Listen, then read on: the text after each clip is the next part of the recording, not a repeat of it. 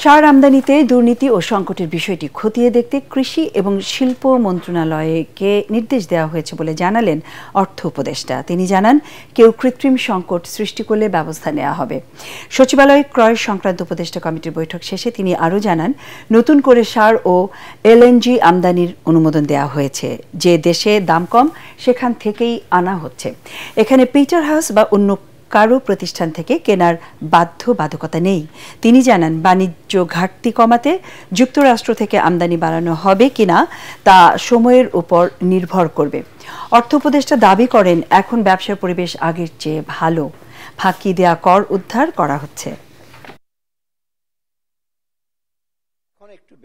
Depend করবে যারা ঘাটতিটা কমানোর জন্য কি কি আমদানি করতে পারে, সেটা মোটামুটি কিন্তু আমরা একটু কমফোর্টেবল পজিশন। আমাদের ঘাটতি খুব 7.8 বিলিয়নের মতো ছিল, যেটা ভিয়েতনামে ছিল 125 বিলিয়ন। তা আমরা মোটামুটি নেব, আর কি কি সেটা ইমপ্লিকেশনটা কি হবে সেটা আমরা বসে আমরা তো সব ইন্টারন্যাশনাল প্রাইস গুলো কম্পেয়ার করে দেখি, সেটা এই আমেরিকা হোক, চায়না হোক, বা সৌদি আরবিয়া হোক, কাতার অবশ্য এখন বন্ধ চুপচাপ, অন্যগুলো আমরা করছি, কম্পেয়ার করে করছি। এত সহজ না, আমেরিকা হলে আমরা দিয়ে দেবো।